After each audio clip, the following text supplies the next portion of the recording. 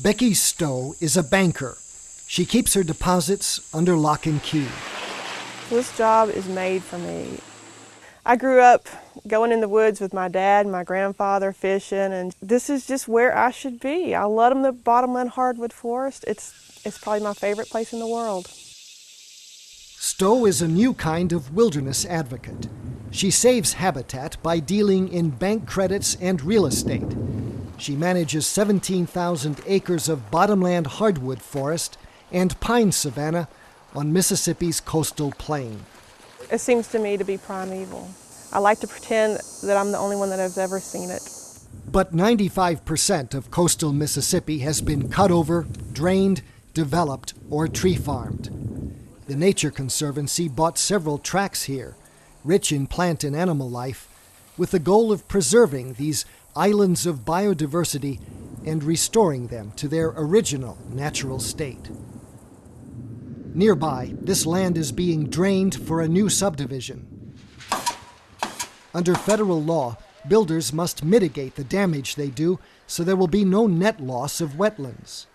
They can do that themselves or pay someone like Becky Stowe to do it for them. We're seeing a lot of plans for developments, for subdivisions, and that's changing the landscape. I hope we don't see that sort of loss of wetlands like they have in other states, and our mitigation bank is one tool to prevent that. By bundling lots of small mitigations, a land bank can buy large parcels to preserve wetlands on a bigger scale, like the 1,700 acres the Conservancy acquired in 1996. It provides habitat for endangered gopher tortoises and sandhill cranes, and is next to a national wildlife refuge. These pristine coastal marshes at the mouth of the Pascagoula River are protected by the state. 80 miles upstream, the river's headwaters are protected by the Nature Conservancy.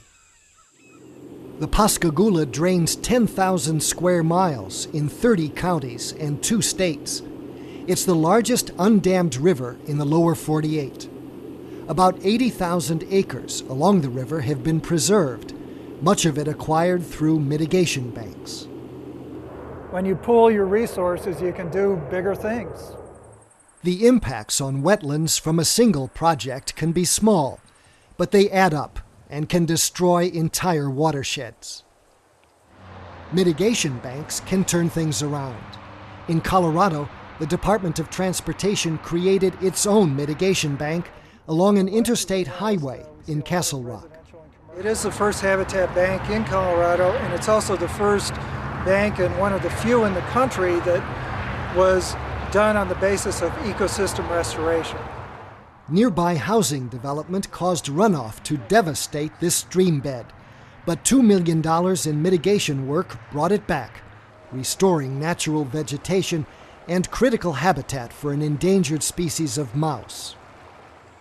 In Mississippi and Colorado, land banks are working, but development pressures are relentless, and sometimes mitigation banks fail.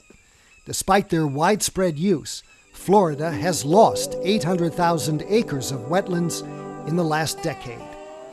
For This American Land, I'm Gary Stryker.